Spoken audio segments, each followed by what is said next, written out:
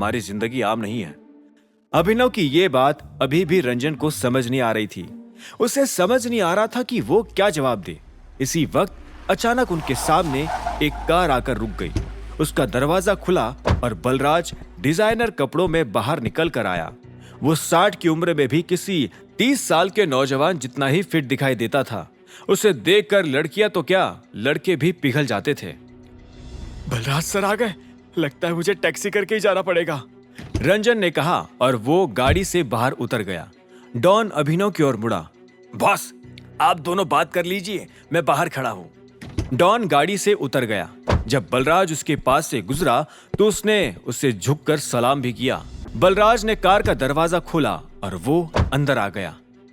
क्या बात है टाइगर, मुझे लगा एड्रेस पर मिलेंगे, पर हम तो यही मिल गए। गाड़ी चला रहे थे या उड़ा रहे थे? अभिनव थोड़ा मुस्कुराया। आई होप मैंने आपको ज्यादा डिस्टर्ब नहीं किया बलराज। अब ऐसे मैं किसी काम में तो लगा हुआ था, लेकिन टाइगर से बड़ा काम और कुछ नहीं है मेरे लिए। बताओ क्या सीन है और क्या करना है? बलराज ने मुस्कुराते हुए कहा। अभिनव को उसके जैसे लोग ही पसंद थे। उसे ये भी महसूस हुआ कि माफिया ग्रुप का लीडर होना कितना फायदेमंद भी हो सकता था। अरबाज ने एक बहुत घिनौनी हरकत की है। उसने अपने साथ काम करने वाले कुछ लोगों के परिवारों को बंधक बना लिया है। मैं उन्हें बाहर निकालना चाहता हूँ। मैंने सुना है कि उसके घर का बेसमेंट ही वो अड्डा है जहाँ उसने सब कुछ छिपा कर रखा है, अभिनव ने समझाया। बलराज ने कुछ देर उसे देखा। तुम दोनों के बीच कुछ हुआ क्या? लंबी कहानी है, लेकिन अगर जरूरी बात बताऊं तो वो ये है कि वो मुझे दिक्पाल को बेचने की कोशिश कर रहा है। क्या? बलराज की आंखें गुस्से से भर आई। वो जानता है कि तुम टाइगर हो, वो तुम्हें धमकी दे रहा है। अभिनव ने एक बार सिर हिलाया। उसने मुझे पर्सनली धमकी नहीं दी, लेकिन मेरे जासूस ने मुझे बताया कि वो ऐसा कुछ प्लान बना रहा है। पर यह बात की बात है, फिलहाल मुझे बस इन लोगों को बाहर निकालने की जरूरत है। बलराज ने शक करते हुए भौहें उठाई। पर ये लोग हैं कौन टाइगर?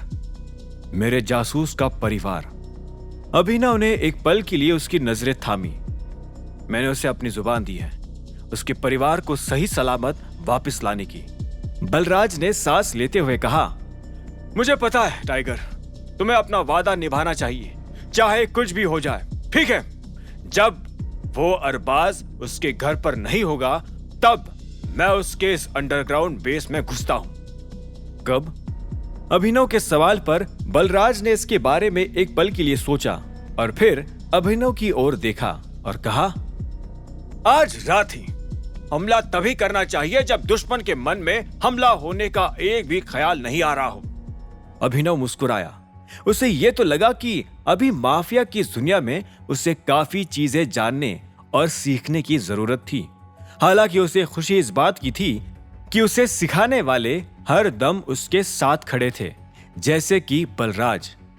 यही सही है, जैसे ही आप रेडी हो मुझे मैसेज करो, अभिनव ने कहा। बलराज ने अपना सिर हिलाते हुए कहा, मैसेज तो मैं कर दूंगा, लेकिन क्या तुम इतनी देर रात को घर से बाहर आ पाओगे टाइगर?